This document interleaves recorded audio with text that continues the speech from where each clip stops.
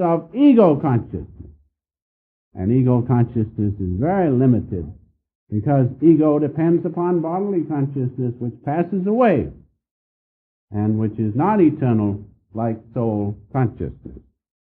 And so we should serve others, serve them, and we can do better if we realize God is the doer.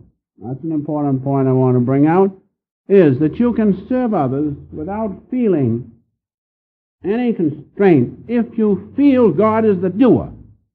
If you know He's in others, and you know He's there and feel Him there, then it's not too difficult to work and serve others.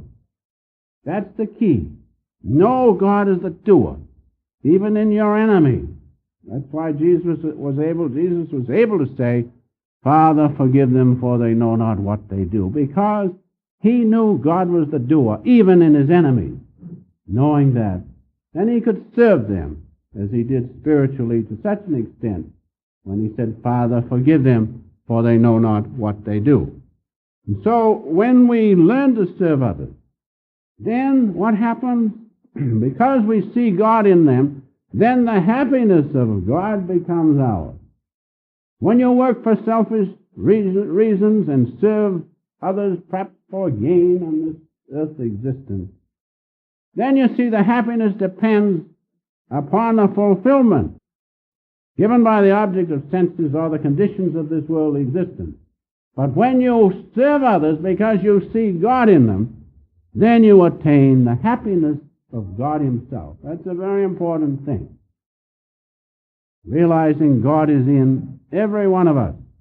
Work to please God, knowing that He is in the others, and then His happiness, His bliss becomes yours. A very important point. A reference from the Metaphysical Meditations, I'd like to read at this time, which is most wonderful. In the cheer of all hearts, Master has written, I hear the echo of thy bliss. When you see somebody else genuinely happy because God is coming into them, then, as he says, in that I hear the echo of thy bliss. In the friendship of all true hearts, I discover thy friendship. Master said, God loves us so silently and so wonderfully and through the hearts of His devotees. But it cannot be a personal relationship. A human relationship, it's a divine relationship which is between all true devotees. And I know that some of you feel it with one another. That's because it's real relationship, true friendship. Then he goes on to say, I rejoice as much in the prosperity of my brothers as I do in my own prosperity. In helping others to be wise, I increase my own wisdom. In the happiness of all, I find my own happiness.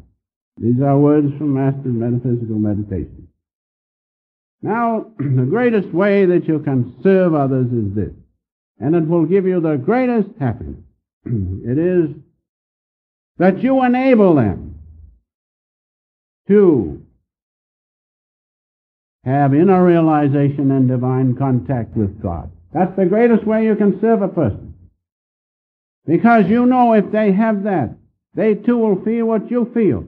But that means that you first must have that realization. You cannot give it to another. Unless the grace of God descends upon you and flows through you, then you can give it to someone else. But that's why it is the greatest service. And so, do not try to help others, but rather try to ask God to allow His grace to come in upon you. Then you will feel His bliss, His happiness. Then you can give to others.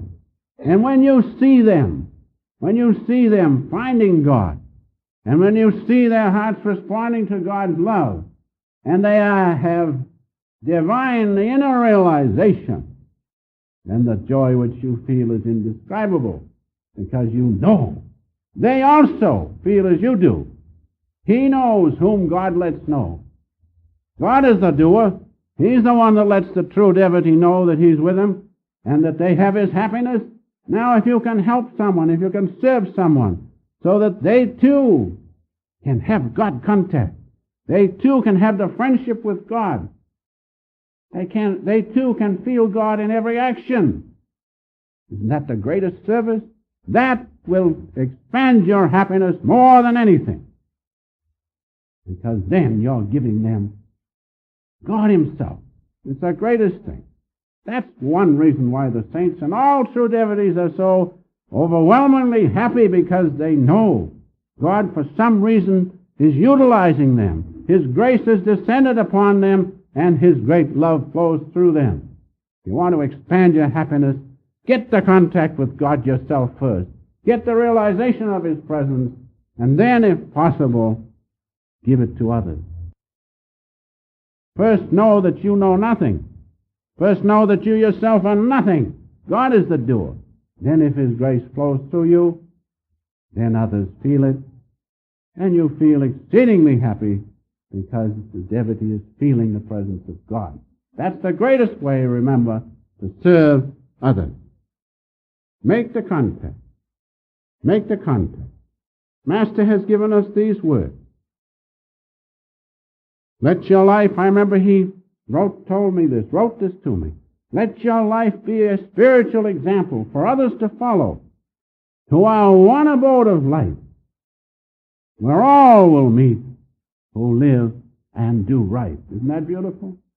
Doesn't that inspire you to be good and to find God? Let Him take care of what you do after that. You may not say a word. Some of the greatest saints don't say a word. They're silent. But the effect upon the world is tremendous. Because God is silent. He's made universe upon universe. He doesn't say anything. But it goes on, doesn't it? Why? Because He is supreme. So you make the contact with Him.